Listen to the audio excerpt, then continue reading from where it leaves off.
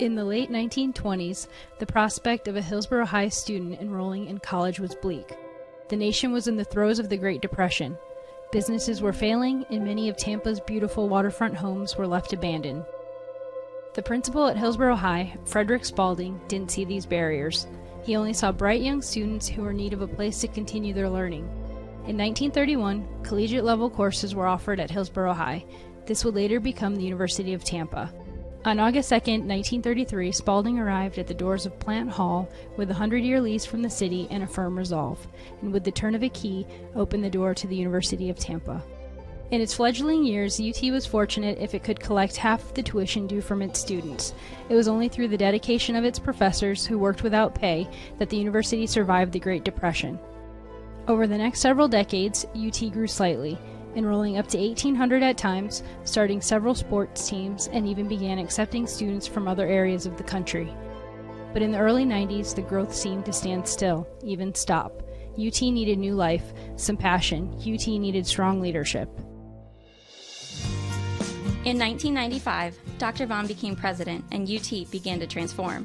1,000 UT students has become 7,200, and we are now entering our 17th consecutive year of record enrollment. All the while, UT's academic profile continues to increase. There has been $350 million in new construction since 2000.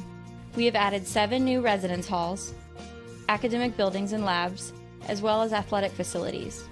Plant Hall even got new carpet and new windows. UT now has more than 3,000 events annually and 200 clubs and student organizations. We have won 13 NCAA Division II championships, and since 2000, Spartan teams have won 35 Sunshine State Conference titles.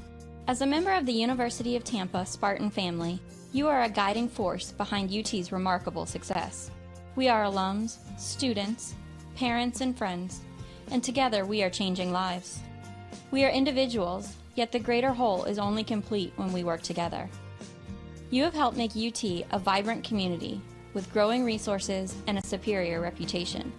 Just like in the beginning when professors worked without pay, the spirit of giving at UT remains strong. Last year, nearly $14 million was donated to the university by thousands of generous supporters. When we strengthen education, we strengthen our job force and our nation as a whole. Donations support academics, campus life, and a student's ability to afford an education. Your participation is what matters most and shows that our Spartan family believes in the future of UT. Whatever level of support, your gift is important to us and enables UT to provide the challenging, high-quality education that has defined our university. Thank you for helping UT achieve such great success.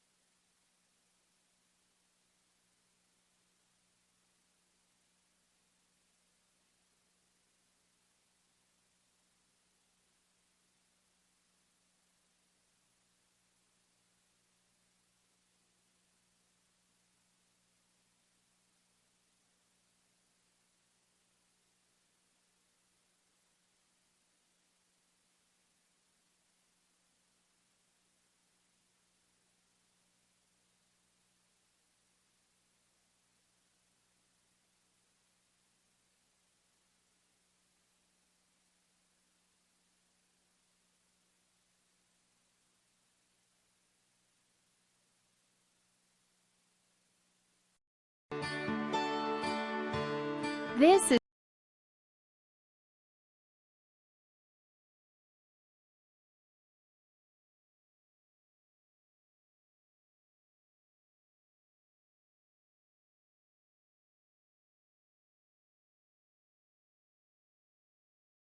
graduate school.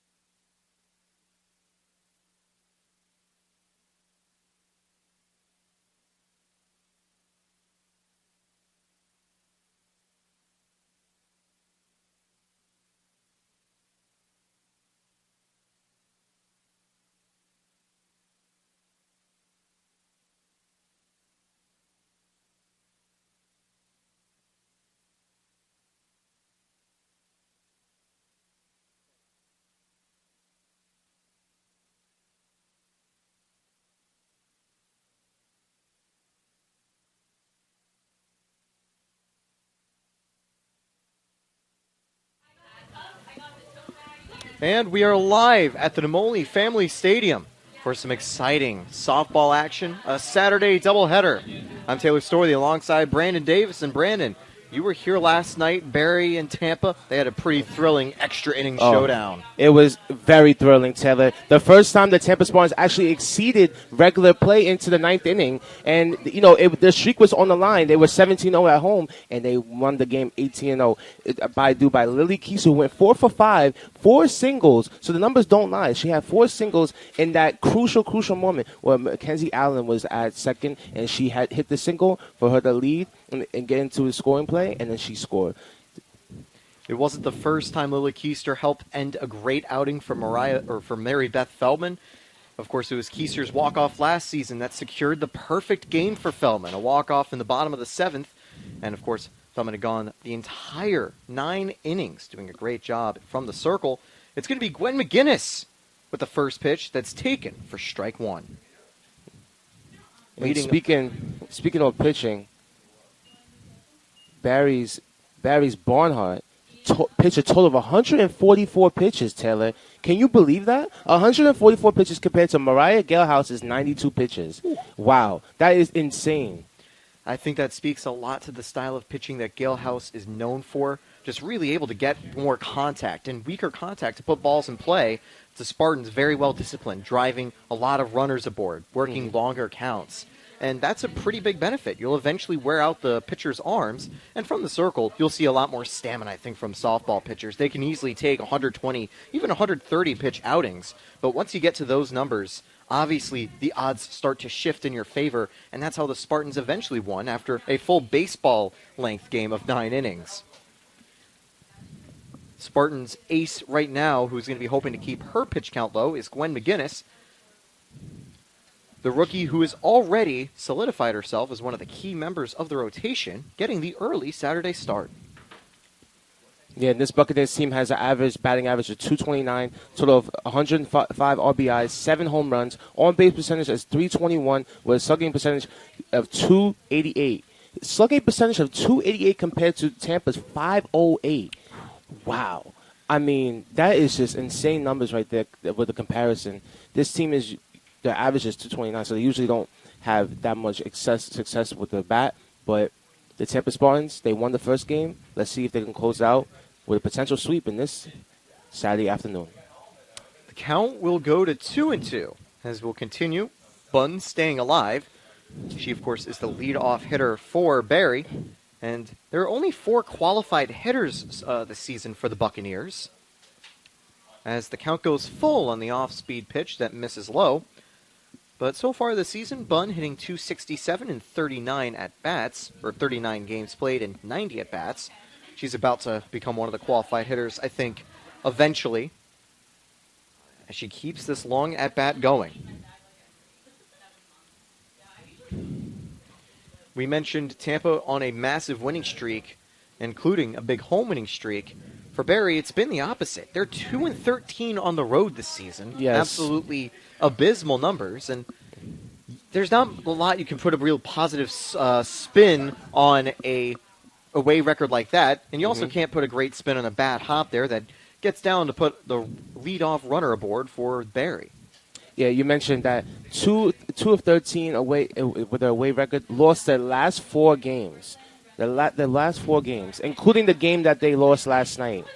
So they definitely don't want to exceed this losing streak and continue it. They want to rectify it. They want to eliminate it. They want to, after this game series, whether they win these 2 games or not, they want to just have a clean slate and resume their normal type of softball with the other game series that they have in the SEC Conference.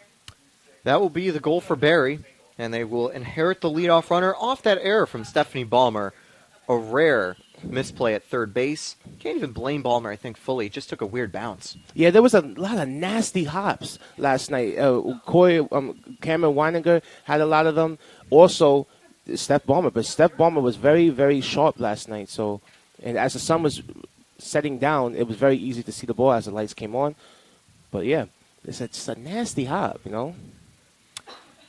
The count will go 1-2 for Rushton. The sacrifice bunt will be difficult to play here as the count goes 2-2.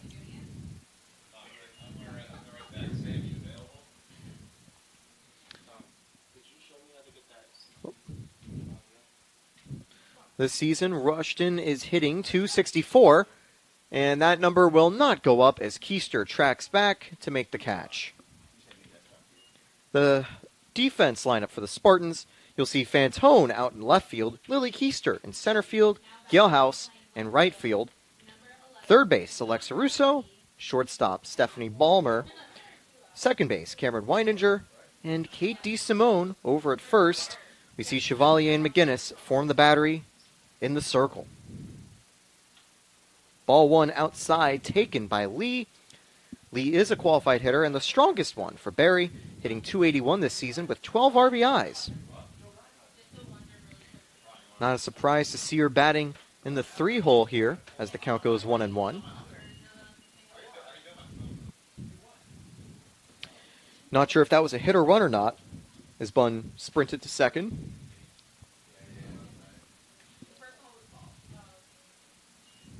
The count's going to go 1-1. 1-2. Taking a look at McGinnis' numbers in the circle, leads the team with a 1.15 ERA and also has 44 strikeouts and 48 2/3 innings entering the game. Oh, collision on the base pass. And they will rule the lead runner out on that play. So runner interference colliding into one of the Spartan stars. Weininger is definitely shaken up. She's limping. She's holding that left knee. That's very, very crucial for the Spartans infield because she's definitely a vital component for the infield to be fluid and just rapid with fire and pace. But she's going to walk it off as she goes into right field to shake it off. I really hope she's okay. It happens so fast, Taylor. It's just you can't control those situations sometimes. Yeah, and you can't really blame Bunn either, just trying to get to second base, avoid what could be a very, very good double play ball. But sometimes that's a collision that'll happen. The good news, as you mentioned, Weininger walking on it because it looked like it was something with her leg. At this stage of the season, though, wanting to protect your stars for the postseason, I wouldn't be surprised if we see her get removed for the game for a little bit of time. And the cool thing about softball is that when you're pulled from the game, you actually can be re-added. We've seen Russo get pinch run many times on the base paths and then immediately go back to the field to make great plays on defense. Like last night with Chevalier having Watson sub in for her, and then the next half inning, they swapped back out. But for now, it looks like Weininger will stay in the game. She's a tough warrior for that. Especially early on, she doesn't have to stay in, but she wants to win this game for her team. A selfless act from her. Now batting, playing second base, number 24, Riley Lord. So that will bring up Lord with 2 away now. And on that play, Lee will be at first on what will probably be graded as the weirdest fielder's choice you'll ever see. Strike one taken on that inside corner. Riley Ford hitting .235 this season, leads Barry with 3 home runs on the campaign. But Brandon, as you and I both know, this is very much a home run unfriendly ballpark. Yes, on most occasions it's very hard for most teams who are away to hit home runs, especially even the home team. But they actually lead in the SEC Conference, the top 5 in SEC Conference in home runs. They have 21. The last home run was no other than it was by Cameron Weininger to left field.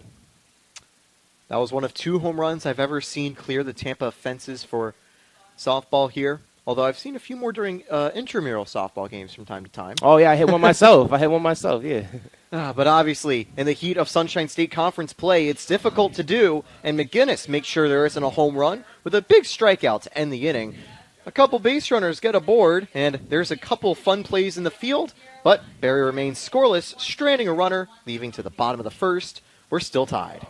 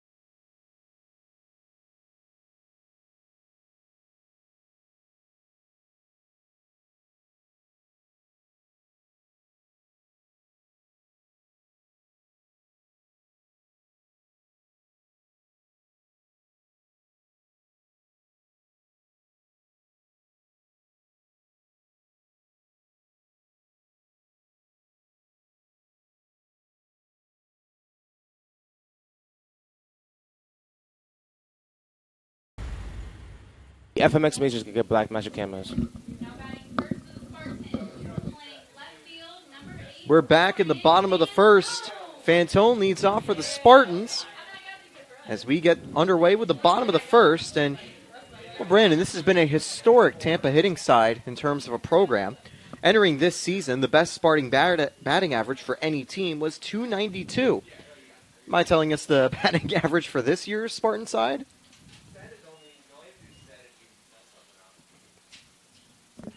Oh.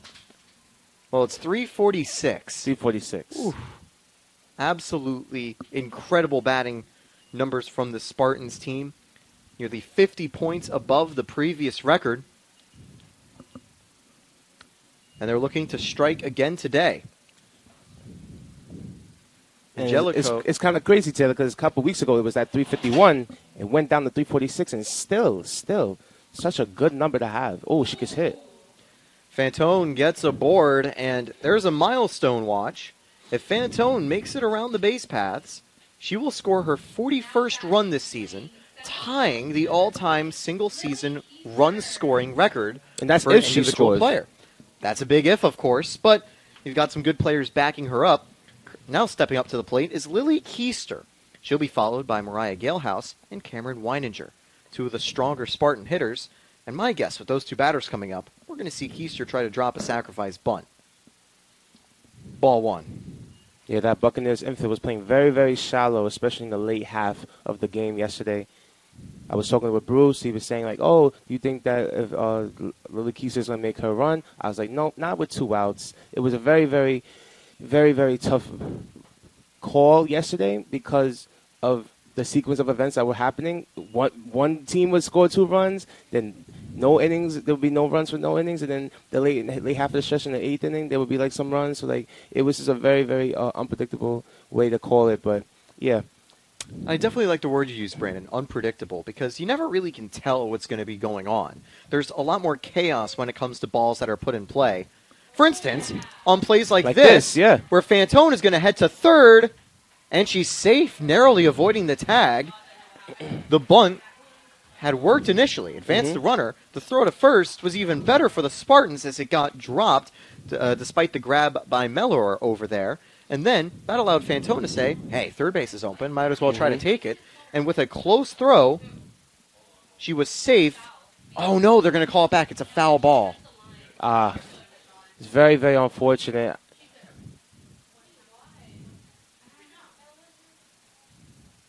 Okay, so the count's 1-2 now. Okay, so a very late call. The bunt went foul to start.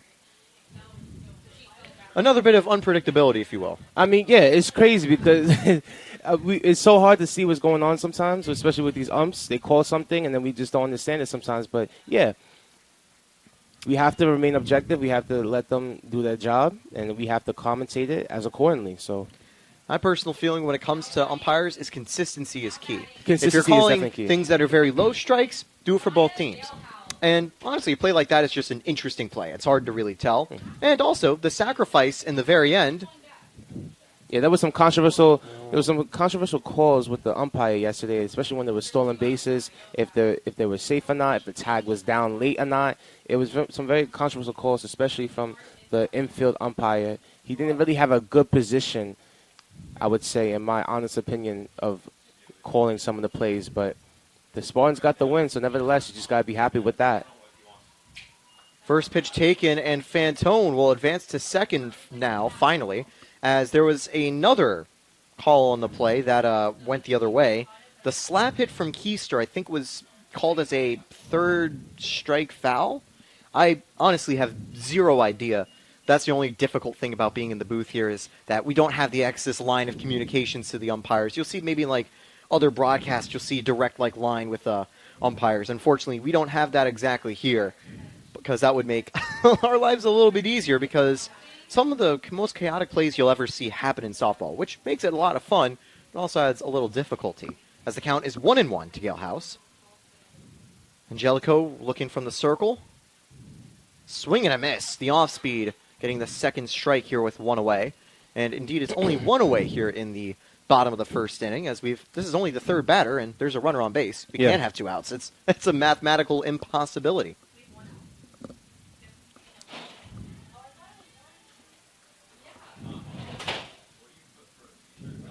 taken outside, and the count will go 2-2.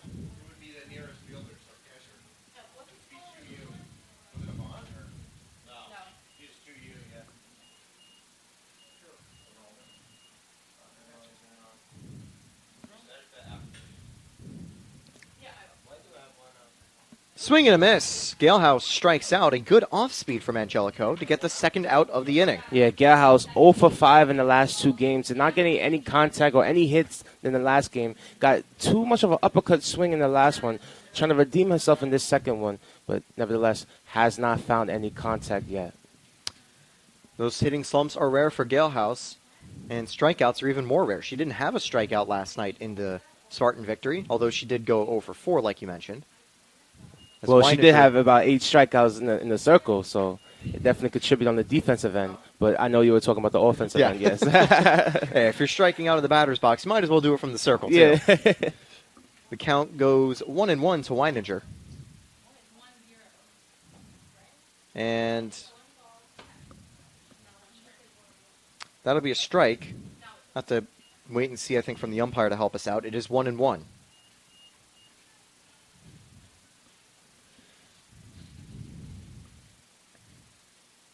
Swing and a miss. A great pitch to locate on that outside corner. Weininger's quickly down and at bat. 391 batting this season. About 20 points away from the team record for average in a campaign. Her and Lily Keister chasing those totals.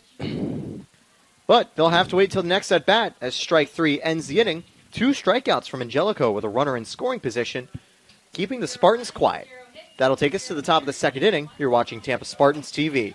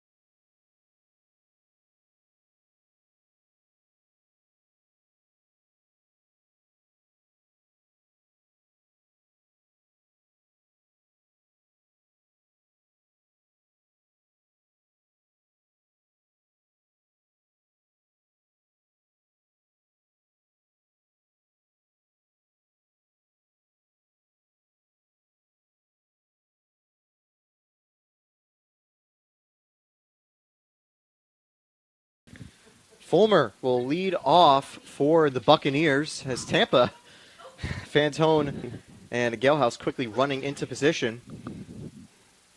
Strike one taken on that low and outside corner. Fulmer leads off, followed by Pasma and Mellor. The 5, 6, and 7 hitters due up after there was some action in the first inning. An early Tampa error allowed a runner to get aboard. And then even more chaos in the base paths as Weininger almost got injured with a collision with a runner. Yeah, Max Stone Fulmer had a beautiful, beautiful defensive outing. She had a ground ball, and then she fielded it and had a double play, threw it straight to first. It looked like Derek Jeter. It was a reminiscence of Derek Jeter. I'm so serious, Taylor. You should have seen it with your own eyes. I have to check out the replay to find that. That sounds like a great play, and I know Barry will be hoping that alongside those great defensive contributions, Fulmer can do the same on offense, but it'll be easier said than done against Gwen McGinnis, as Fulmer is down 0-2 in the count.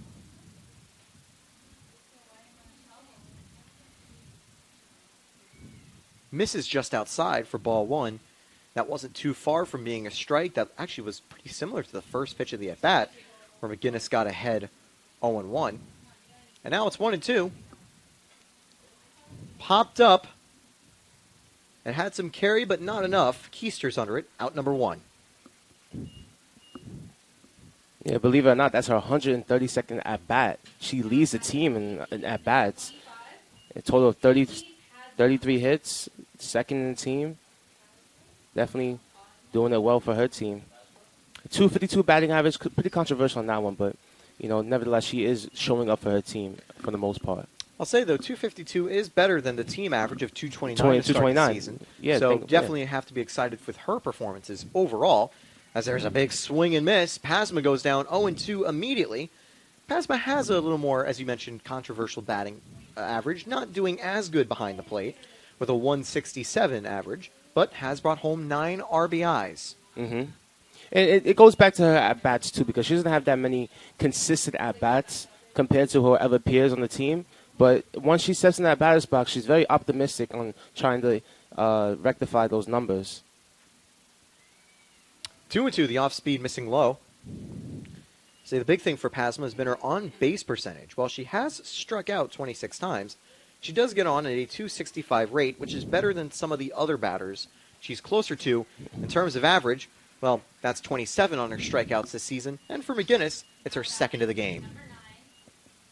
Yeah, we mentioned that Tampa Spartans defensive outing, especially the pitching. House yesterday, Quinn today, McGinnis. I'm telling you, Taylor, it's about the pitching. That dictates the game. Offense wins games, defense wins championships. And the Spartans have 3 pitchers they can rely on from the circle. McGinnis continuing here, although she finds herself down quickly 1-0 as Mellor takes ball 1. Swung on and missed. That's going to be strike 1.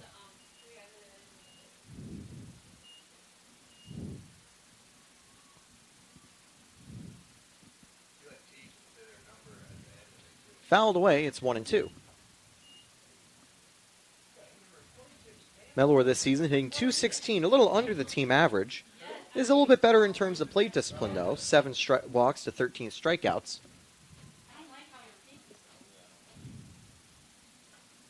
Lined and foul. Russo is almost able to get to it. One of the big changes that the Spartans have made over the course of the season, they shifted Russo to third, Weininger to second. Yep. They actually started in the reverse spots. Yep. And the changes worked out well for both players. Yeah, I talked to Coach Cantor, and she said that, this is the strongest infield that they have, and they love how Alex Russo has that long throwing arm, that strong arm, but Weininger has all that, has the agility, has the fast pace, has the alertness right at that second base position. So it works out in their favor with the continuity and the fluidity of this offense. This defense, especially with Steph Ballmer at shortstop. This one's flared out to left and caught to end the inning. McGinnis gets a strikeout and keeps Barry off the base paths. It'll bring us to the bottom of the second, and the Spartans will look to bring some offense home and bring us the first hit of the ball game. We're still hitless through 1.5. We'll be right back. Champions know how to seize opportunities. When they see moments of greatness unfold right before their eyes, they push as hard as they possibly can, and then they push harder. Because the heart of a champion never settles, never quits, and never stops giving its all. We are champions. We are Division II. We go big, we give it everything we've got, and we win. On the field, on our campuses, in our communities, for our causes, in our careers. We rise to become champions in everything we do. We are Division II, and there are no limits here. We make our time count. We set our own path. We become champions on our terms. It's time to up your game, because we're here to play and learn. But most importantly, we're here to discover ourselves, our vision, our heart, our drive to achieve every goal. Bottom of the second, Spartans and Bucks still tied, and Brandon Alexa Russo leading off, a very dynamic player. Yeah, very dynamic player. She was 3 for 4 last night. Had a potential game-winning run last night. She had a triple to right field, and then Coach Cantor actually made a pinch runner run, a substitution to Abigail Siegel. Then Avery Perkins then hit an infield fly to shallow right and left. But then Abigail Siegel, she didn't tag, and unfortunately she was out, and that led to another inning. That's very agonizing to have the winning run just under 90 feet, I believe, 66 feet away. Mm-hmm. But Unfortunately, not able to beat out the throw, and in this case, just failing the tag. And you know what? You want to know the ironic part? In this particular moment, just like last night, Alexa Russo was leading off, and she had that triple. Russo is going to send this one to right. It won't be a triple. It's a flyout. One away. Now batting in the VP position, number 10, Avery Perkins. That'll bring up Avery Perkins, who's had a pretty good season behind the plate, 390. Not sure if she'll be able to reach the qualified batting total of 100 at-bats to get on board for one of the better Spartans hitting seasons of all time, but hitting 390 certainly puts her up there among the all-time best. She's currently third this season in, well, close to qualified hitters. She takes strike one.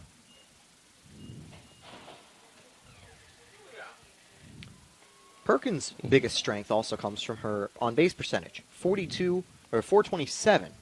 Getting on base 42% of the time is a pretty good rate. And it's a little over the Spartan incredible on-base average of 416. Yeah, 1 for 4 in that last game, but it was the very particular hit that she had. It was a single up the middle, and that scored Cameron Weininger to give them the second run. And this was in the bottom of the first inning. Swung on and missed, and that'll be strike two. And Perkins down quickly.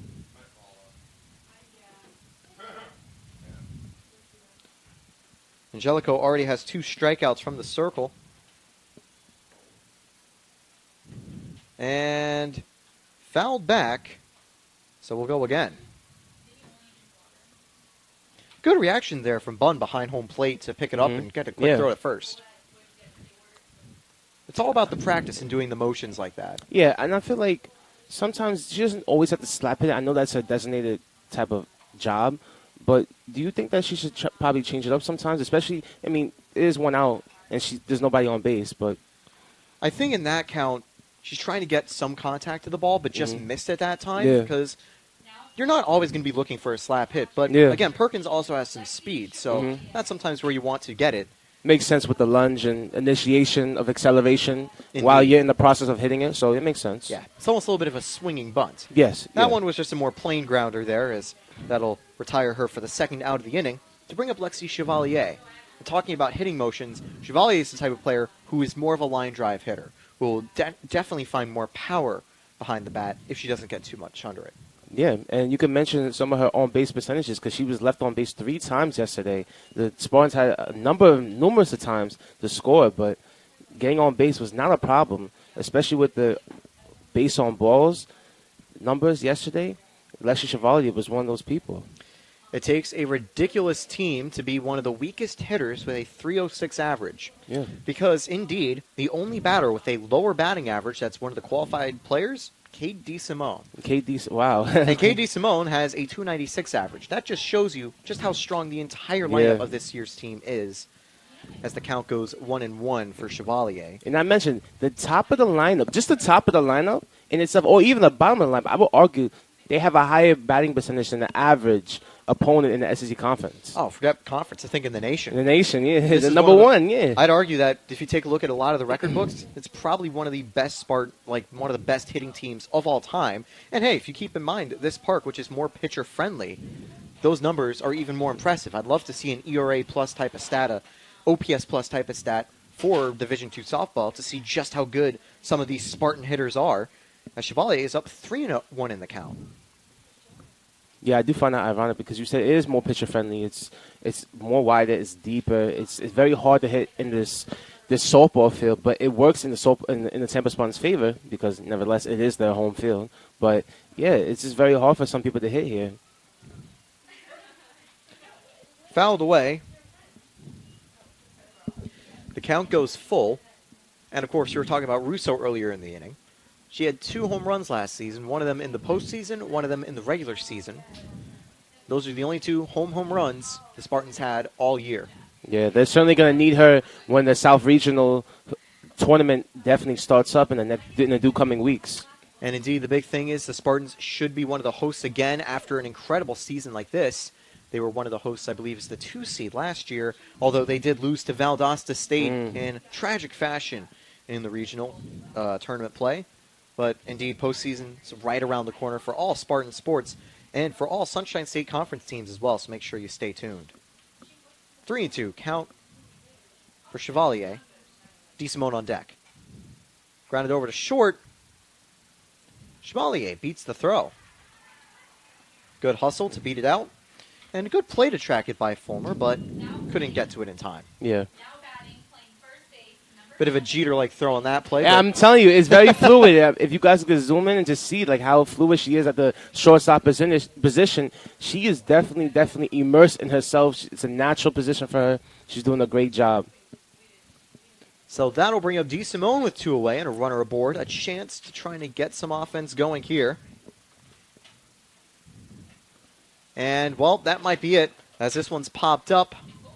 And she dropped it! It is dropped. Chevalier gets to third. DeSimone safe at second. Oh, my. There was some trouble, it looked like. Fulmer was looking up and trying to locate it in the sky. It's actually somewhat cloudy, so might have been getting lost in the clouds, or if the sun is shining the other way, that could have gotten in the way, and just can't make the catch. It falls out of the glove. You cursed it. That's why. You said it was. You said the inning was going to be over, and she dropped it. You know what that reminded me of? The late 2000s against the Subway Series, Yankees versus Mets, when Alex Rodriguez had that infield pop fly. And it dropped. And it dropped. And nevertheless, Teixeira scored, and boom, it was the ball game. So the commentator's curse working in the correct decision for the Spartans, although I've made a few enemies over at Barry as the squeeze play works to perfection. Tampa with a 1-run lead. That's an RBI from Steph Ballmer. I've never seen a well-placed bunt in such a crucial scenario in this place. Perfectly placed. Credits to Coach Canner for that perfectly strategic play on that play to get the runner in. Wow. Perfectly placed right next to the foul line, right in front of home plate. That is an impossible play to make, and it allows the Spartans to take a lead and put runners at the corners for Lauren Fantone here with 2 away. The Spartans offense coming alive. Taylor, I don't think you know how much preparation they have. This team does in the batting cage. They have a lot of preparation. They spend hours, countless hours, whether it's in practice or even out of practice on the leisure time. But I did have the liberty of Coach Cannon giving me the privilege to cover them for my UTTV class. I've seen them in the batting cages doing bunting practices. They are very, very disciplined. This team is no joke, all business. And it certainly reflects on the stat sheet for this historic campaign as Fantone takes strike 1. Fantone also has excelled getting on base. Her 25 walks is one of the best all-time for a Spartans hitter. She gets 2 more, and she'll tie the record. Wow. She reached base with a hit by pitch to start the game. Count's going to go 2-1 in Fantone's favor, I think. Yeah, 2-1.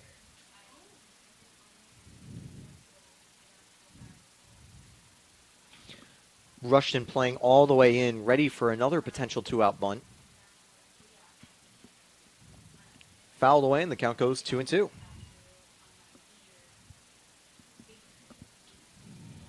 If the Spartans strand the runners here, they'll bring up the 2, 3, 4 hitters next time. Mm-hmm.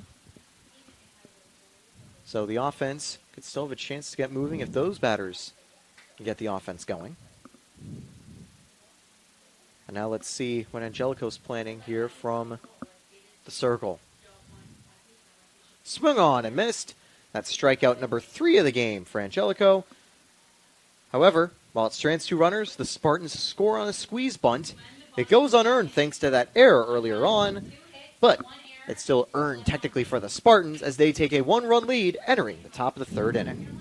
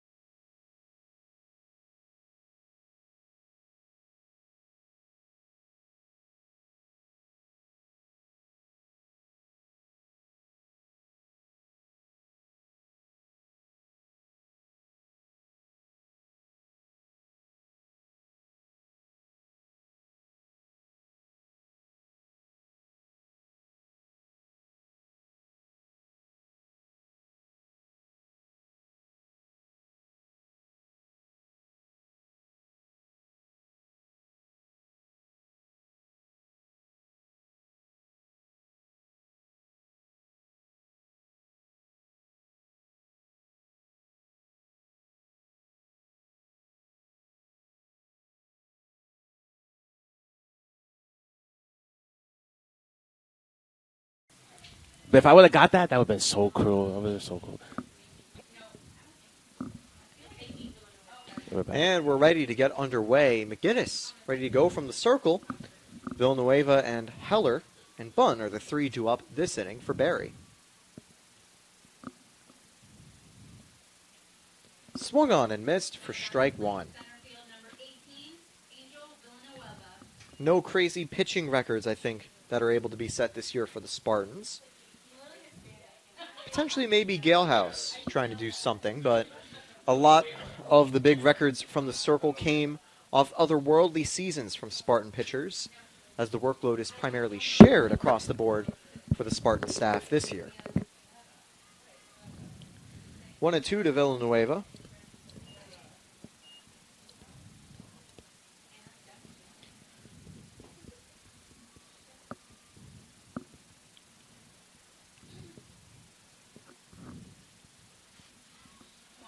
Popped up and caught by Weininger. One away. Now batting the right fielder, number 3, Lisa Heller. Heller steps up. So far this season, hitting 200. Yeah, she was 1 for 3 in the last game last night. She's played 17 times this season. She's only had 3 starts. This will be her 4th of the campaign. I'll say, certainly think it's interesting jerseys we're seeing here from Barry, as Heller immediately lines out to Balmer. Because if you take a look, Barry's jerseys have the logo up in front and just the number in the back. You normally see more lettering or maybe a front shirt number, but a little bit different. I almost thought those were the warm-up jerseys for a second for Barry. But interesting to see. They're also wearing red pants. Tampa wearing white and black. It's not a terribly hot day, though, so both teams able to stay relatively cool. But especially this time of the year, it certainly... As the heat starts to warm up. That can become a factor sometimes on the field as well. And you had played catcher back when you were doing baseball, right? Oh, Jesus, yes, I did, yeah. And how was all the catcher's gear just make the heat worse? Oh, it made it terribly worse, especially with the AAU tournaments. I had to take periodic breaks to take off the equipment. I used to have water and ice dumped on me sometimes just for like a cool little break. But, yeah, just have to endure it and just keep on going. Fouled away, and the count goes 1-2 for Bunn. Bunn led off with an error that allowed her to get on base. It was a weird hop that Balmer just couldn't get to. But Bunn finds herself down behind in the count. The 1-2. And fouled away. Now my question is, was that a bunt for a third strike? No, I don't think so. I think it was kind of more like a check swing. She had a late reaction to it. She wasn't very sure that she wanted to hit it. But, yeah, nevertheless, it did go foul, fortunately for her.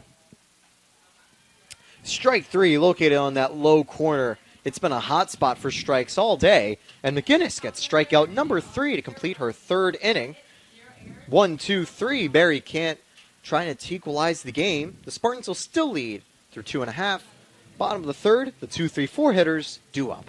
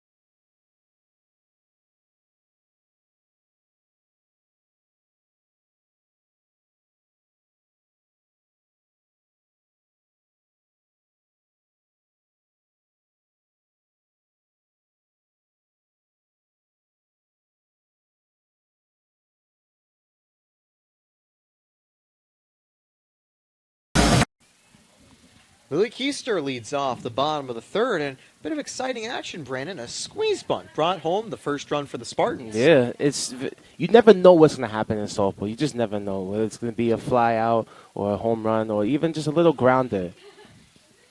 So Keister takes strike one in the outside corner, and, well, she had a ground out in the first inning in a weird way. I still can't tell whether it was a swinging bunt or something with a foul out or whether she committed a base path violation that nullified the play.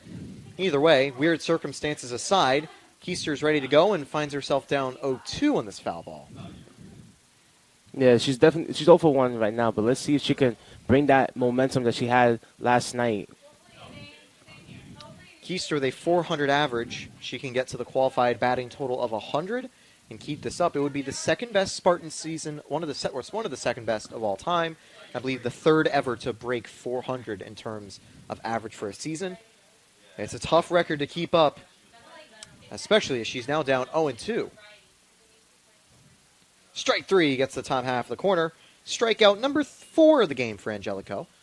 Doing a great job from the circle. And taking a look at Angelico's stats this season, a 1.87 ERA, and that is her 91st strikeout of the season.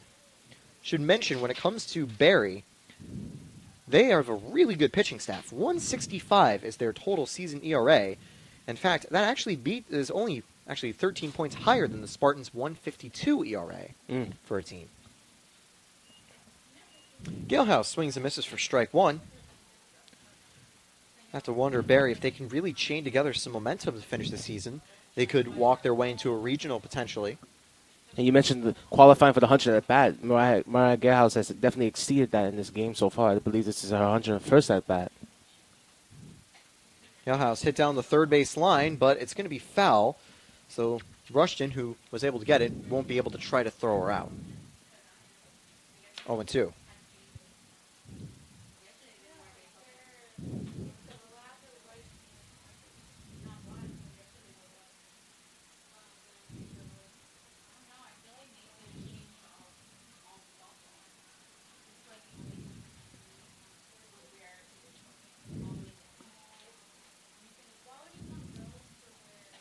Galehouse hit to third, so a repeat of the foul ball, but this time it's fair for the second out of the inning. That'll bring up Weininger. Now batting, playing second base, number 12, Cam Winninger.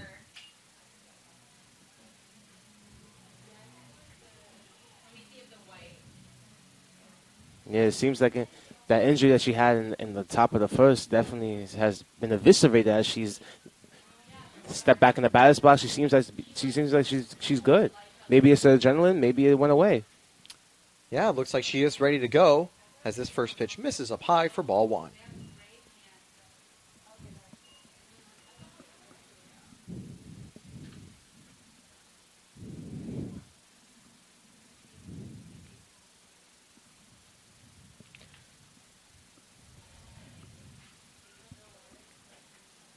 Strike one, this one breaking into the zone.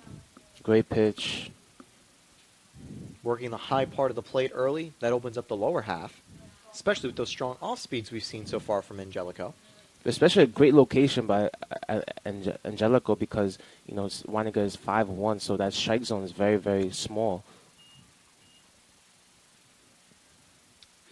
2-1 as this one misses outside. Weininger struck out back in the first inning. That was when the Spartans had a runner in a dangerous spot.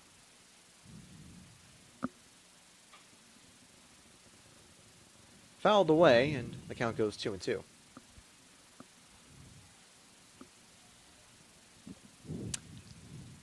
Angelico looking to deal with the first half of the heart of the order for the Spartans.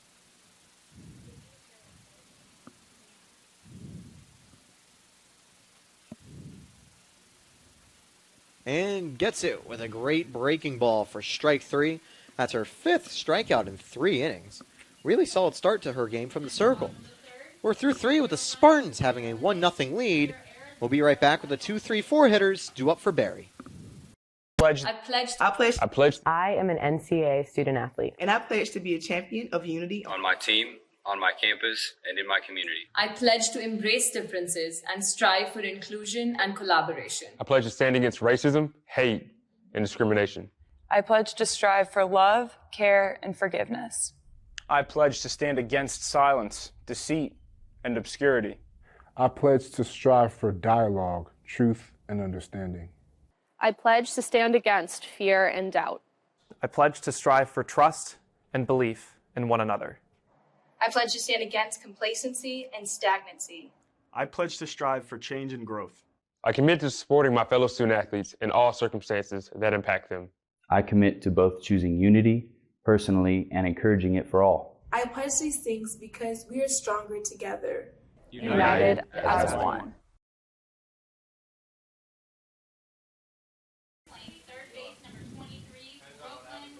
Rushton, Lee, Lord. That's the 3 due up for the Berry Bucks. We're ready with the top of the 4th inning. About halfway through this exciting Game 1 of this Saturday doubleheader for Sunshine State Conference softball. Strike one taken. Rushton's 0 for 1 with a pop out down the left field line last time.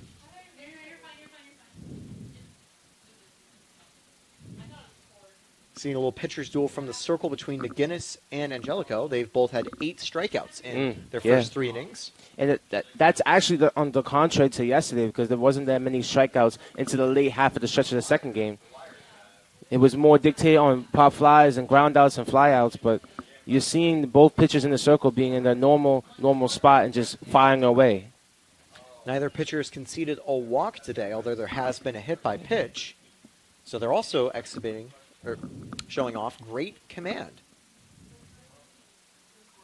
Not a super huge surprise, though, as Angelico only has 28 walks in 101 innings. And this one gets up the middle. That's a base hit in the first one of the ball game for Barry. Yeah, not that many hits so far, but we'll see if they can get that streak going here in the top of the 4th. McGinnis only has 7 walks to 44 strikeouts in her 48 innings. That doesn't compare, or that looks good, but unfortunately is about 2 times in terms of walk rate than Mariah Galehouse's otherworldly 5 walks in all 94 innings. And we have Cassandra Lee, who actually leads the team in batting average at 281. Probably carries that, the majority of that batting average, which is an average of 229. Total of 128 at bats. I believe she has 100. I believe this is her 130th at bat here. Slugging percentage is 328. Looped over to left field, but caught one away. And she's retired. We go to number 11, Lee. So Lord comes up. I think the big thing is you're talking about slugging percentages. This Barry team, as you mentioned earlier, 288.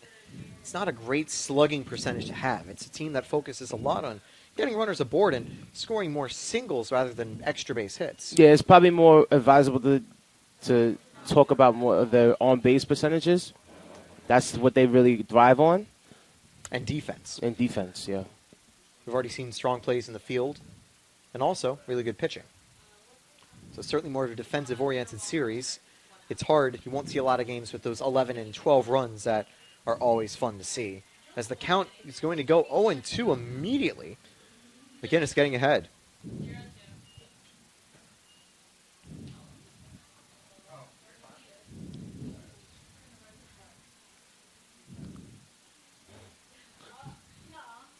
Swing and a miss. The throw to second, and they get the tag. Wow. It was off target, but ironically in the perfect spot for Ballmer to just reach behind and catch the runner stealing. Wow, that's a great double play. And that is how you end an inning. A strikeout and a quick throw from Chevalier. Well, it's senior weekend, and what a way to make or mark one of the greatest seniors behind the plate. We'll be back at the bottom of the 4th. One runner not even left on base after that play.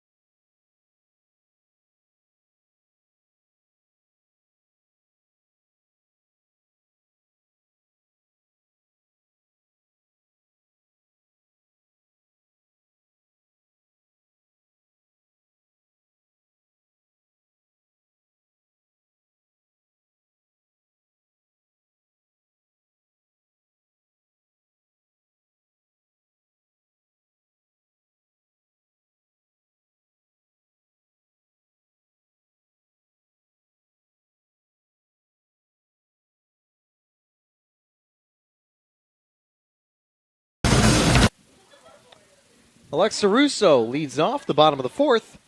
And back in the second inning when Russo led off, the Spartans were able to score. Yeah. Russo's going to send this one to left field. It is caught.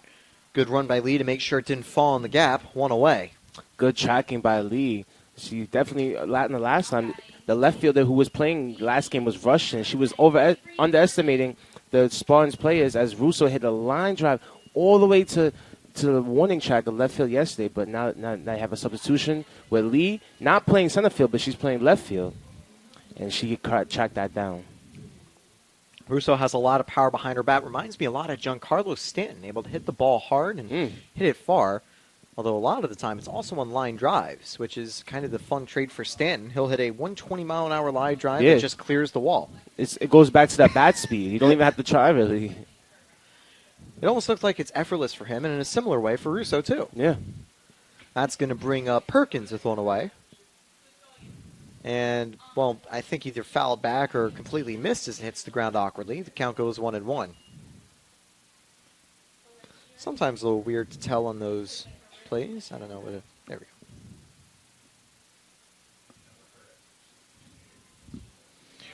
Grounded out over to third base last time, and we already see Rushton playing all the way in. Strike two, the breaking ball lands in the zone. Great breaking ball in the outside corner. Barry hasn't been that successful with that, but they've been more consistent the second game.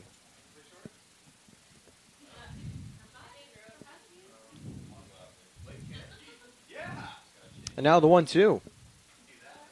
Chopped and foul. And we'll go again.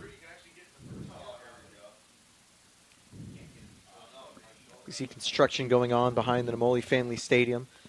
You know, potentially if some of the workers are over there a little tired, they can always take a look at a great view down for the softball field to watch one of the best teams in the country play. Lined up the middle. And caught on a diving grab by Villanueva. Dun-dun-dun, dun-dun-dun. That's a great play by Villanueva on that last one. We did see a spectacular diving play by Cameron Weininger yesterday. But nevertheless, these Spartans players, Barry players, the Buccaneers, it doesn't matter which team it is, they're going to come out and play to the fullest ability. That looked almost for sure like it dropped for a base hit, but a great job to get to it by Villanueva. Yeah, Taylor, I'm surprised that it didn't dip because it took a little leap to it. I really thought it was going to dip into shallow center. Definitely feels like the air is getting under the balls a little bit more, and that is something to watch out for with those fly balls. Yeah. Swing and a miss to open up the at-bat now for Chevalier. She had the first hit of the ball game back in the second inning.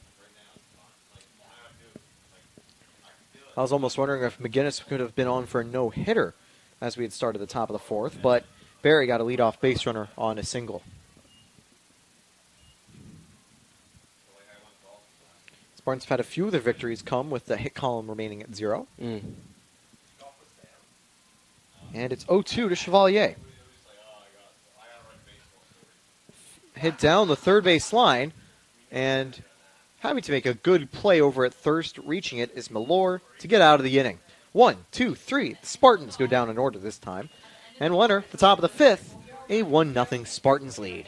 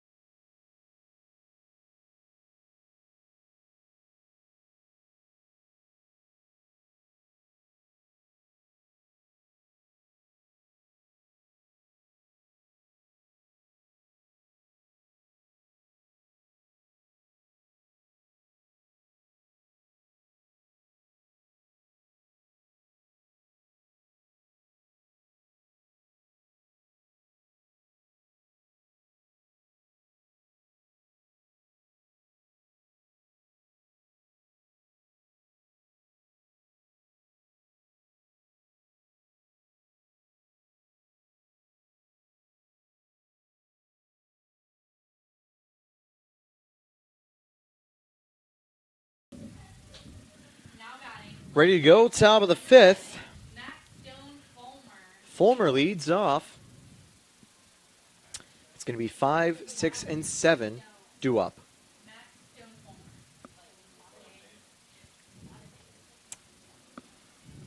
Strike one taken to start the inning. McGinnis on 60 pitches through 4. But it certainly had quicker innings more recently as the count goes 0-2 on this foul ball that just gets behind the dugout. A nice showing today from Spartans fans. Certainly cloudy skies, but the weather nice and cool. 1-2, the fastball missing high, didn't get the desired swing and miss there. Taking a quick gander over at AccuWeather. Should be okay for precipitation for a while, as there it is, another strikeout for McGinnis, number 5 on the game.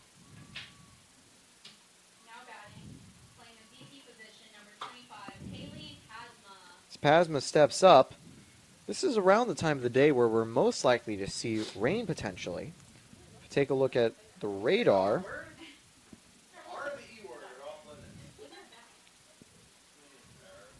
it looks clear for now, though. And yeah, well, we'll hope it remains that way. We'll hope it remains that way. It's been like this for a long time. For about 2 innings, I would say. I haven't seen the sun in about 30 minutes. So that's certainly Florida weather, if you will. Rain could just sometimes spawn out of nowhere. 2-0 here. And now the 2-1 of a big swing and miss by Pasma. Great inside corner. It was high and inside. Fell right for the bait.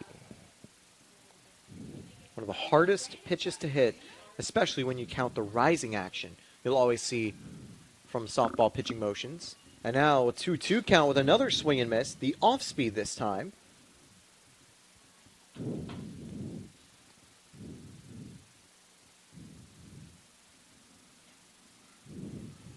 Pasma stays alive, and that one goes foul.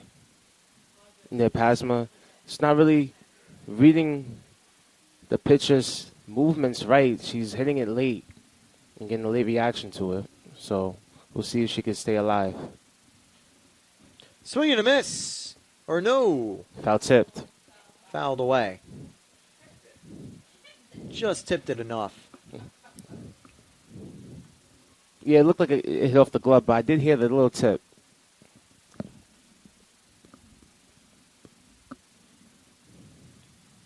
So we'll go again.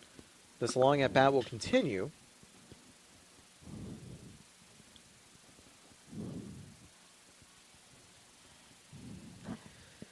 Good job by Pasma to stay alive.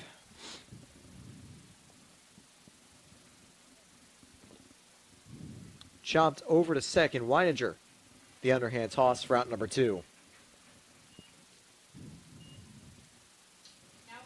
That'll bring up Villan. Oh, that'll bring up Meller. Actually, update it quickly. So I don't know if you can see this, Taylor, but they actually switched Keister and Galehouse. So Galehouse is playing right now, and Keister is playing center. Oh, Keister's actually started in center.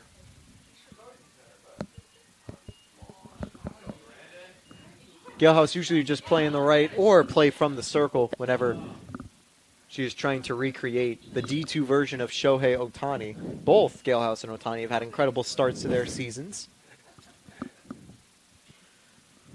The count's going to go 1-1 now to Malore. The softy, the lefty sophomore. I completely merged those words. Yeah, that is my sleep schedule coming back to hurt me here as the 2-1 count comes to Meller. Looped over to left and caught on the run by Fantone to end the inning. 1, 2, 3, and McGinnis up to 5 strikeouts in 5 innings. That'll take us to the bottom of the 5th, due up the 8, 9, and 1 hitters. I am an NCAA student athlete. And I pledge to be a champion of unity on my team, on my campus, and in my community. I pledge to embrace differences and strive for inclusion and collaboration. I pledge to stand against racism, hate, and discrimination. I pledge to strive for love, care, and forgiveness. I pledge to stand against silence, deceit, and obscurity. I pledge to strive for dialogue, truth, and understanding. I pledge to stand against fear and doubt. I pledge to strive for trust and belief in one another. I pledge to stand against complacency and stagnancy. I pledge to strive for change and growth. I commit to supporting my fellow student athletes in all circumstances that impact them. I commit to both choosing unity personally and encouraging it for all. I pledge these things because we are stronger together. United as one.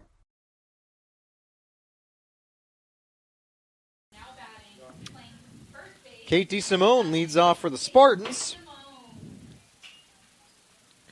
As we are just about ready to go here in the bottom of the fifth inning. 8, 9, and 1 are due up. DeSimone represents the future of the Spartans, not just in a long-term first base player, but also in terms of being a pitcher. This season, she's had 23 1/3 coming out of the bullpen. She's also started 4 games, done a good job with 23 strikeouts, just 5 walks. So really contributing from the circle as well as the infield. And I believe she has that COVID redshirt eligibility, so she has more years to come. And that'll be a very big benefit, as some of the players that benefited previously from COVID redshirt seasons will be now having their final Spartan campaigns. Swung on and missed. The count goes 1-2. Just took her head off of it a little bit too early on that one. Thought she had it. Just got a little bit too anxious on that one. It's easy to jump just a little quickly.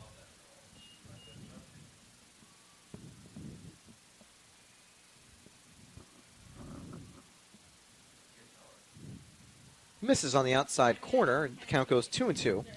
Jellicoe's conceded just 2 hits, 1 unearned run, and recorded 5 strikeouts in the first 4 innings of her start. Doing a great job from the circle. Yep. Only 60. I believe that was her 60th pitches. DeSimone goes down swinging. Pitch number 60, strikeout number 6. Angelico has a few more pitches, but nevertheless, both pitchers have been doing relatively good. Holding this score at 1-0. Me and Bruce were talking about it yesterday, how the Tampa Spartans scored 2 runs in the first, but we call them insurance runs because it definitely helped in their favor as the Buccaneers scored 2 additional runs later in the game, and having that score tied, if they didn't get those 2 runs prior, it would have been a different ball game. It certainly would. Alyssa Carfora will enter the game as a pinch hitter. Interesting to see. I have a feeling we'll see Ballmer back at shortstop in the top half of the next inning, but for now, the Spartans electing to try a different bat to see if they can get their offense going. They've been kept pretty quiet so far by Angelico. And here comes her 65th pitch of the ball game with 1 away. Carfora, this is her 9th game. Her 8th at bat.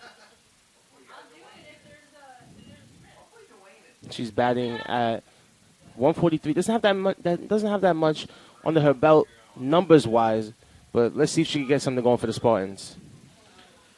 Taken up high for ball 2.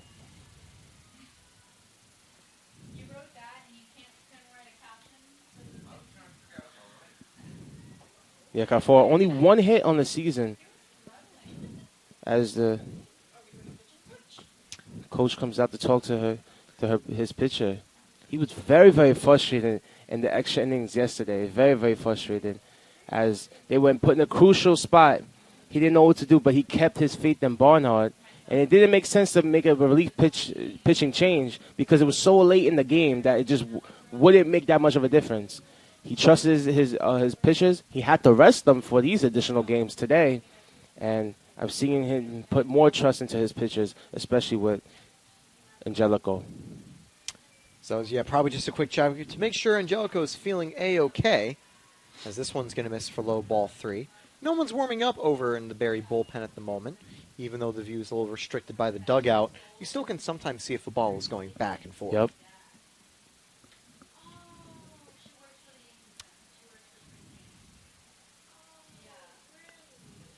And Carfora was taking all the way, and the count goes 3-1.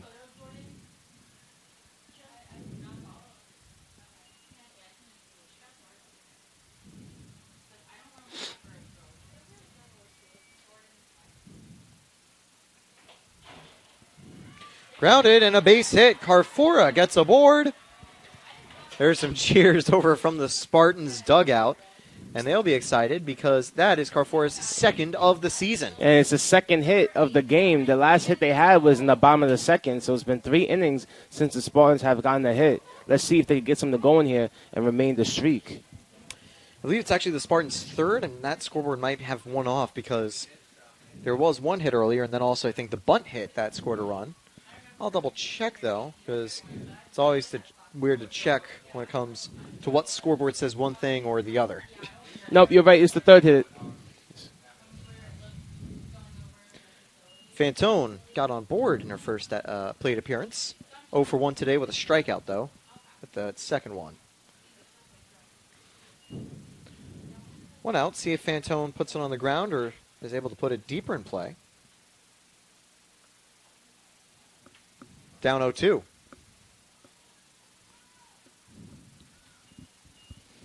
This is an important start to the at-bat for Angelico, getting ahead in the count after going down 3-0 previously. But also a very crucial position for the Buccaneers that they have 1 out. They could get a potential 6-4-3 double play. Good job to hold up by Fantone. And you saw Bunn looking to check to no avail.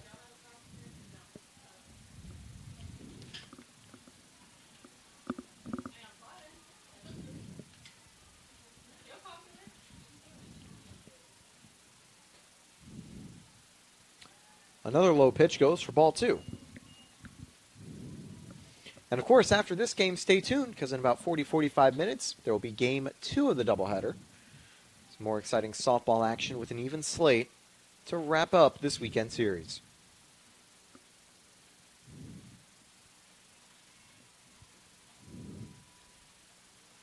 Swung on and fouled. If that was not a foul, you'd see both runners immediately screaming towards the base paths. Yep. Because that drop third strike could eventually have brought both on. Yeah. So we're going to stay 2-2.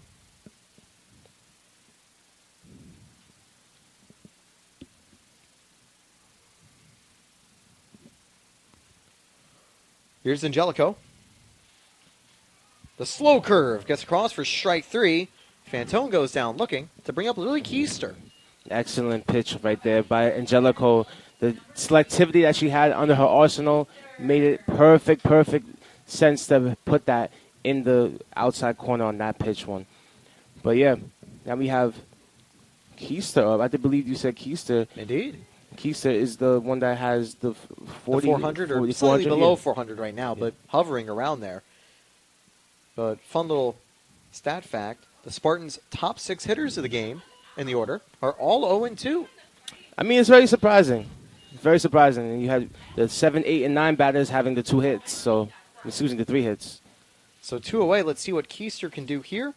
Kafora is on first. Curveball missing high for ball 1. Angelico, 7 strikeouts on the night. Excuse me, early today. Doing a great job so far with here in the circle. Keister had one of those strikeouts back in the 3rd inning. Count goes 2-1.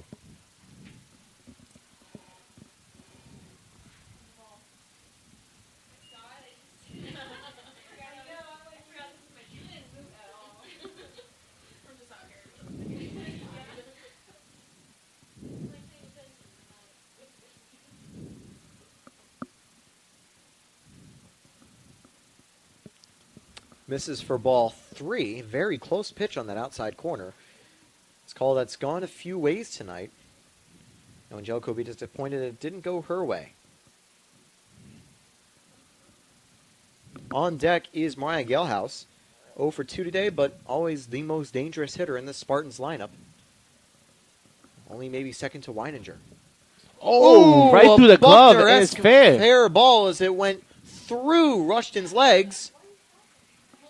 So Carfora, she hesitated in between rounding the 2nd and 3rd, but she got on the bag as the defense was not aware that she was coming. So very, very close right there, but great way to get to 3rd and on in scoring position now. Very surprising sequence of events. The ball slipped right past Rushton's glove. But these are the moments that you tell yourself that you have to just maintain, be vigilant. You have to have your defense up to par because one little thing, one little error, Taylor, can change the whole entire ball game. And this is very, very crucial standing and grounding for the Tampa Spartans. Indeed, and just tough always to react because, like Bill Buckner back in that famous World Series win for the Mets, it went through Rushton's legs and went near foul territory. I think Carfora just need to remember, that's 2 outs. You got to run everything out as there's a hit to left, and it's caught. It is caught for the final out of the inning. Galehouse had a chance to try to bring something home, but wasn't able to. That'll end the bottom of the 5th inning. 2 runners stranded, a 1-0 Spartan lead as we enter the top of the 6th. I am an NCAA student athlete. And I pledge to be a champion of unity on my team, on my campus, and in my community. I pledge to embrace differences and strive for inclusion and collaboration. I pledge to stand against racism, hate, and discrimination. I pledge to strive for love, care, and forgiveness. I pledge to stand against silence, deceit, and obscurity. I pledge to strive for dialogue, truth, and understanding. I pledge to stand against fear and doubt. I pledge to strive for trust and belief in one another. I pledge to stand against complacency and stagnancy. I pledge to strive for change and growth. I commit to supporting my fellow student athletes in all circumstances that impact them. I commit to both choosing unity personally and encouraging it for all. I pledge these things because we are stronger together. United as one.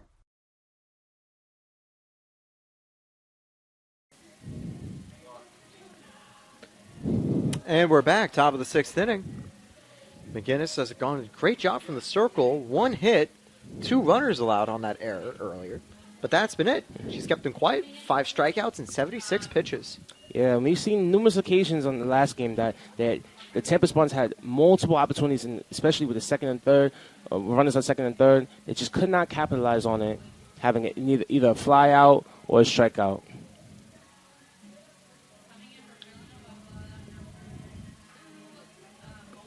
So it looks like we're going to see a pinch hitter here.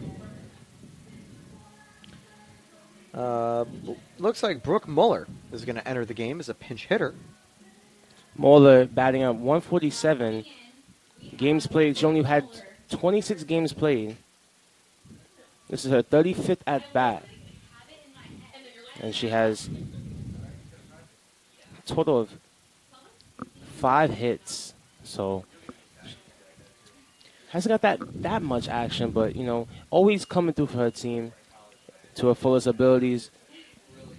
Indeed, 4 RBIs in those at-bats is a good start coming off the bench. They're going to be hoping that this one drops, but Galehouse is able to track it for out number 1. As that should bring up Holler unless we see another change. No, it won't. Sorry, not Holler. Heller. Entered the game with a perfect 200 slash line. You don't always see a batter with those direct equal slash totals. I don't think I've ever seen a player with a perfect even slash line. I've never seen that before. Whether it's bad or good numbers, I've just never seen it that close, identical. Yeah, those are only the types of numbers you'll see this like a very few at bats throughout the season. Yeah. The 0-1 pitch grounded to Balmer, 2 away. Good throw to DeSimone, right on time. That'll bring up Bunn at the top of the order. Now batting, playing catcher number 22, Harper Bunn. A very quick inning here with McGinnis.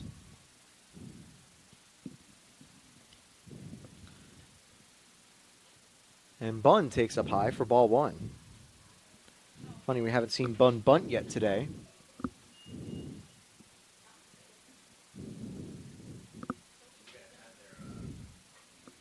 This one blooped and caught on a running catch by Fantone.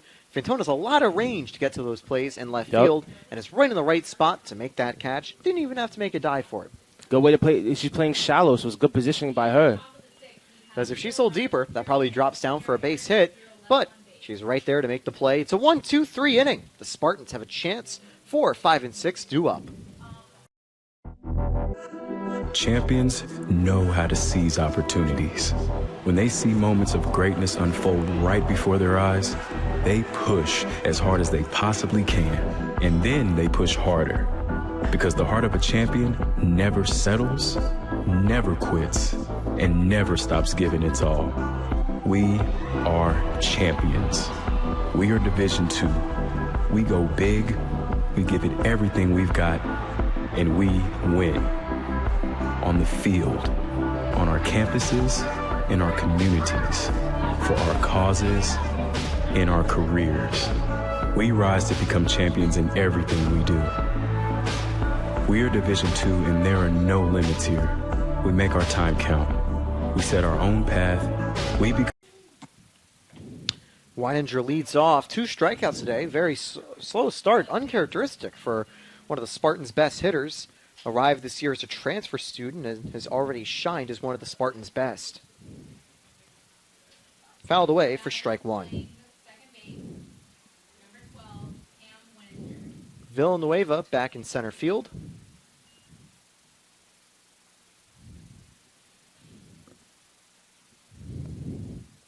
She was pinch hit for, but returns to the game as a fielder.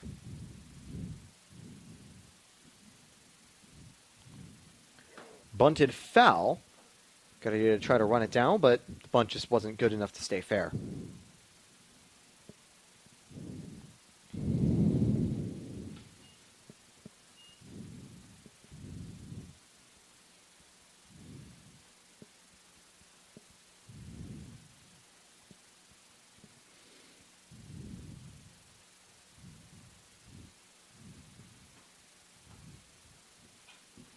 Grounded over to short, and she will get a board. And that brings her average back up to 389. So Fulmar couldn't get that backhand. She got there a little bit too late, but she couldn't get that backhand. It slipped off the edge of her glove, and she wasn't able to field on that one. I think she picked up her head a little bit too early. That's the reason why. She was really worried about the speed that Weininger that she has, she possesses. You could see on that foul ball when she bunted it, she was sprinting, right? The first, she almost got the first. She was 75% there. But, yeah, I think that she took her head off just a little bit too early, and that's the reason why she wasn't able to field it. Yeah, so good speed to get to first, although they'll give her a rest, probably making sure her leg's all good on the base paths, too, as they are going to bring on a pinch runner. Devin Hammonds will come in.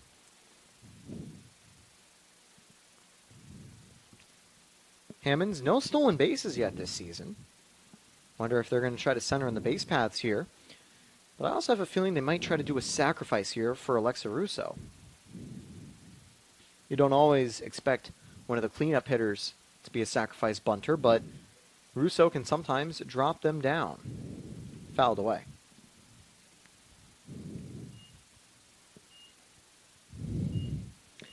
And what I'm interested in is if Russo now changes and tries to swing here with the 0-1 count. Catch the infield off guard, get them ready for a bunt, and maybe try to capitalize the off positioning. We'll see if she goes through it again. Oh, yeah. Holds up that time as that one just misses. Still has the bunt option open, still has any other option open too. And that'll certainly be a pretty big dilemma for Angelico here. She continues. The 1-1. Russo drops it down. And the perfect sacrifice to get out number 1. It also puts a runner to second for Avery Perkins. Good job by rushing the rush in there and get it done. Now batting in the DP position, we have number 10, Avery Perkins. So I'll bring up the lefty in Avery Perkins. Entered this game hitting .390. And 0 for 2 today. You certainly argue that she is due for a base hit. Yeah, you mentioned the top of the lineup not having any hits. Lily Keese is the only person in that top of the lineup that has a hit. That's going to be grounded over to second, and it misses the glove. No play at the plate, and off the missed play there at Lord on the bounce, which should be graded as an error, a run will come home. That might be a little disappointing for Perkins, that it's not going to be her 16th RBI of the season, but the Spartans take a 2-0 lead here in the bottom of the 6th. It's the last chance to give some run support for McGinnis, and they're doing a good job already. Again, another good play called by Cancer to have the pinch run, bring in Devin Hammonds.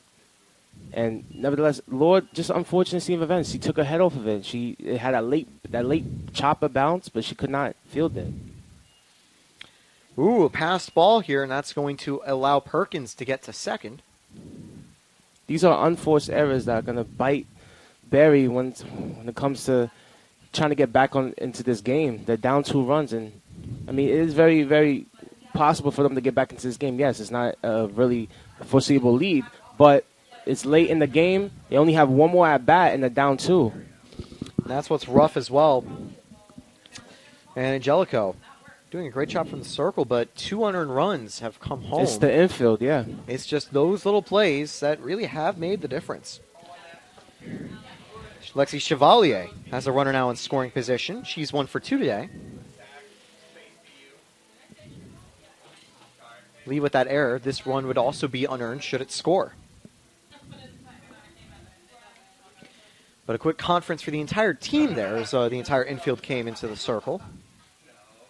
Probably just to try to motivate them as they get set for the 7th inning right after.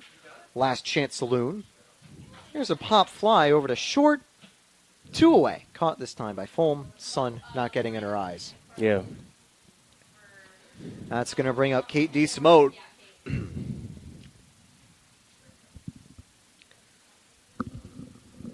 Actually, we are going to see a pinch hit here. DeSimone won't get this play here. It's going to be Miranda Perez, who's 3 for 6 in pinch hitting appearances.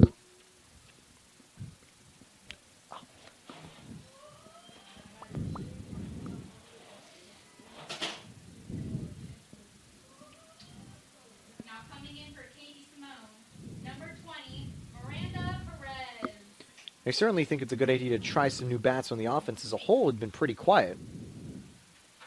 Get some different players some opportunities and see what they can cook. Fouled away for strike 1.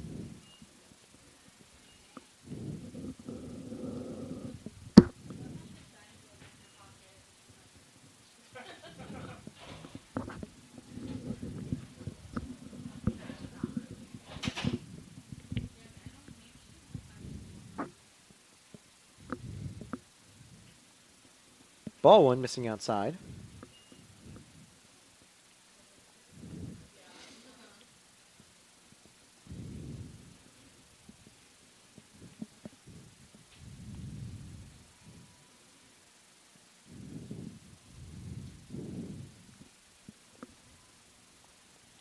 One, 2. This one getting to that outside corner and staying inside the zone.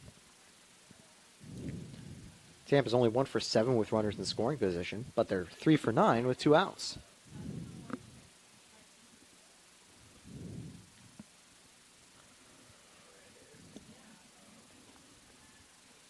Taken up high, ball 2. Good eye by Perez.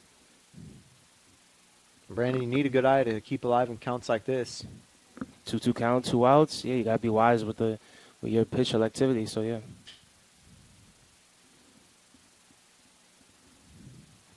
And she'll go down looking. This one breaking into the zone to end the inning. Tampa scores a run. They'll hold a 2-0 lead. Entering the final inning, top of the 7th, coming up on TampaSpartans.tv.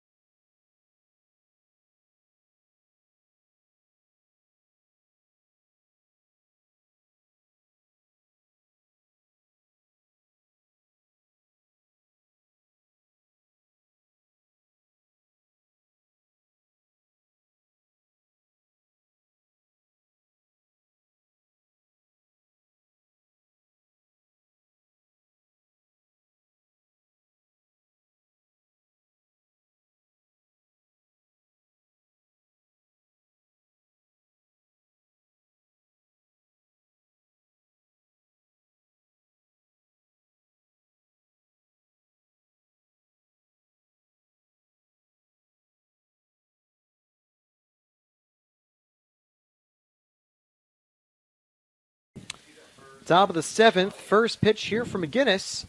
Low for ball 1. 2, 3, 4 due up for Barry. They have 3 more outs to play with to conclude the first game of this doubleheader. This one's grounded to Balmer. 1 away as the play is made. Yeah, the Tampa Spartans want to get this inning done quick and efficiently just to wrap it up here and take the game series. Both pinch hit changes have been reverted. Weininger and DeSimone back in the field. As Cassandra Lee steps up. Lee 1 for 2. Her last at bat, she singled. 0 for 2. It was slow to change as Rushton was the previous one where she had singled. Rushton, It's always tough. Sometimes you look in the side and say, oh, it's already updated to the next batter or not. Still hasn't updated yet, but yes. No, now it has. Yeah. 0-2, this one getting the outside corner. And McGinnis here quickly ahead in the count. Chopped over to Weininger. Gets on top of it, 2 away. Barry down to their last out. And of course, we have a game right after this, so stay tuned. That will sum up the series. Spartans, if they get this last out, they will take the series. And they will go to 19 games for their home record. 19 games, 0 losses, improve to 34-2. Assuming they get this last out. If they can get it, it would also be, I think, the 13-game winning streak. 13-game winning streak. Yes, you are correct, Taylor.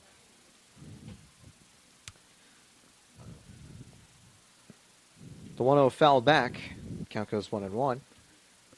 Lord struck out in her first 2 plate appearances today. And if they get this last out, that'll be Barry's 5th straight loss.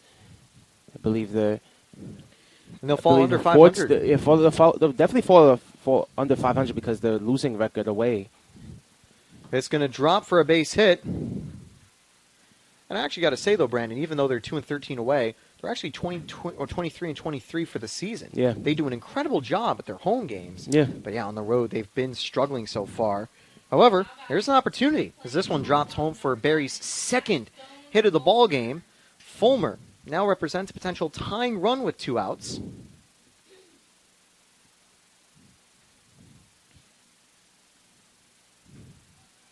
Good frame there by Chevalier. That probably would have been ball 1. Yes, you're definitely right. She definitely had a good cover to it.